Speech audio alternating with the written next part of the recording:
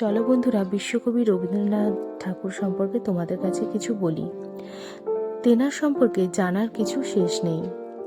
আমরা দৈনন্দিন জীবনে যা কিছু করি না কেন, তার সাথে কিন্তু স্মৃতি অতপ্রতভাবে জড়িত থাকে, যেহেতু তিনি বহু গুণের অধিকারী ছিলেন।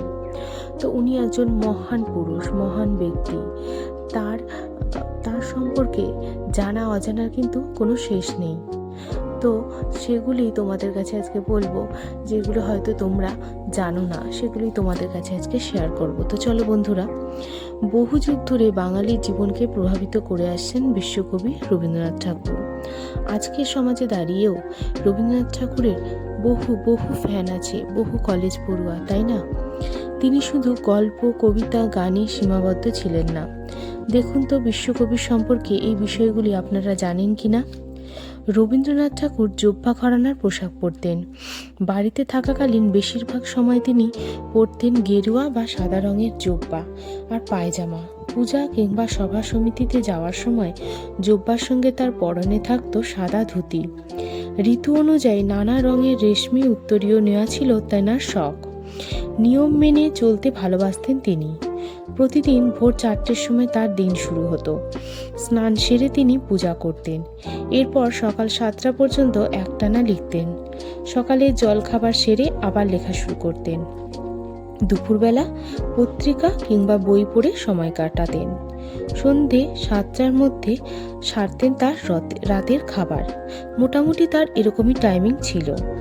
বেশিরভাগ মানুষই জানেন রবীন্দ্রনাথের 5টি ছদ্মনাম রয়েছে, কিন্তু তিনি অনেকগুলি ছদ্মনাম ব্যবহার করতেন, যেমন নবীন কিশোর শর্মন, বাণী বিনোদ, বিদ্যা বিনোদ, শ্রীমতী কনিষ্ঠা, শ্রীমতী মধ্যমা।